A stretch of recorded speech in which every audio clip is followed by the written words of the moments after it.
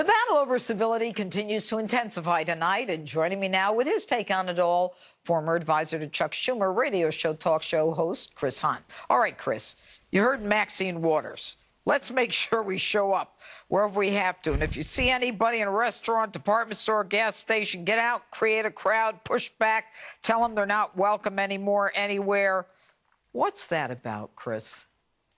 Well, first of all, I don't agree with any of that.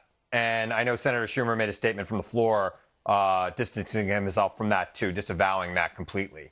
I believe that we have to have civil discourse. I believe that we could disagree without being disagreeable. And I think there's a time and a place to protest. And when people are out to dinner or going to a movie, as your last guest was, I don't think that's the time and place to protest. Go to their office, go to their meetings, write letters, make phone calls. But we got to be nice about it. And I think the president could do a little bit more to lead the civility here, too, with some of his tweets being a little bit over the top. But that doesn't excuse anybody who goes out there and gets in people's face physically. So let's this isn't the president who's being harassed. This is Pam Bondi, Sarah Sanders in a restaurant with her family, Kirstjen Nielsen in a restaurant having dinner. I'm sure she worked an 18-hour day.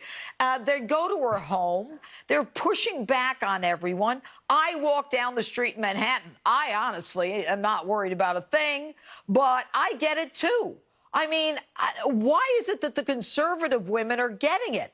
What are we doing to deserve it? I'm walking down the street. Pam Bondi's going to the movies. Sarah Sanders is having dinner. Kirstjen is having dinner in her house. Where does this craziness, it's lunacy? Well, this is not, look, I think it's bad, but this is not limited to conservatives. Well, give me an example of give me a Democrat. Wait a minute, Chris, time. Give me a Democrat woman who was harassed by conservatives and conservatives who called other people to say, don't let them stay anywhere, get in their face. Give me one example. I can't give you an example of that. But you can't because it's not happening. Look, there are definitely examples of progressives and Democrats being protested right at their homes. Chuck Schumer had a protest outside of his home. Chuck Schumer is a guy. I'm talking about women with their families. Michelle Malkin at IHOP having pancakes. Cut it out. You can't name one Democrat where conservatives have gone after a woman. First of all the women you mentioned are strong women. You know what? They're strong women. They're strong. And by the way, and you included are strong as any man. So I don't think we should distinguish between men and women. You think I can deck a guy as quickly as he can deck me? Come on. It depends. I don't want to get one of your heels to my head. It would hurt.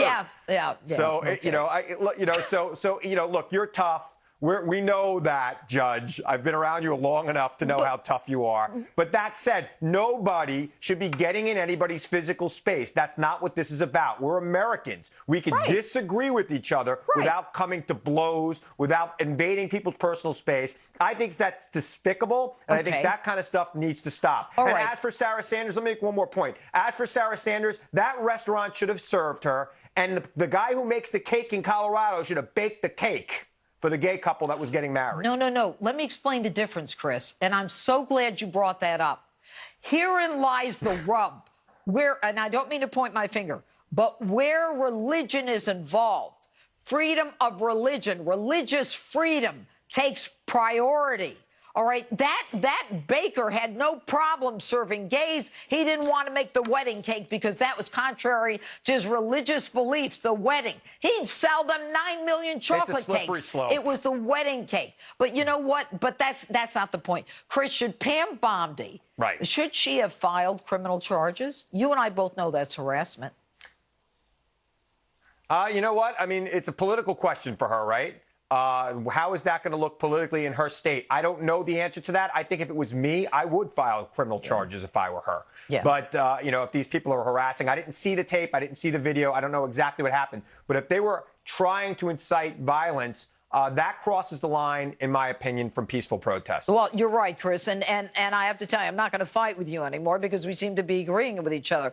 The one thing we don't agree on, though, is that this is all from the left to the right. but everything has to be tamped down because this is getting out of control. And at the end of the day, a lot of people are going to get hurt, and people need to just respect each other. You know, I can fight with you verbally. I would never get in your face, in your space, go to your house, throw you out of a restaurant. That's not the way to behave. Chris, thanks for being with us tonight. Thanks for having me, Judge. All right.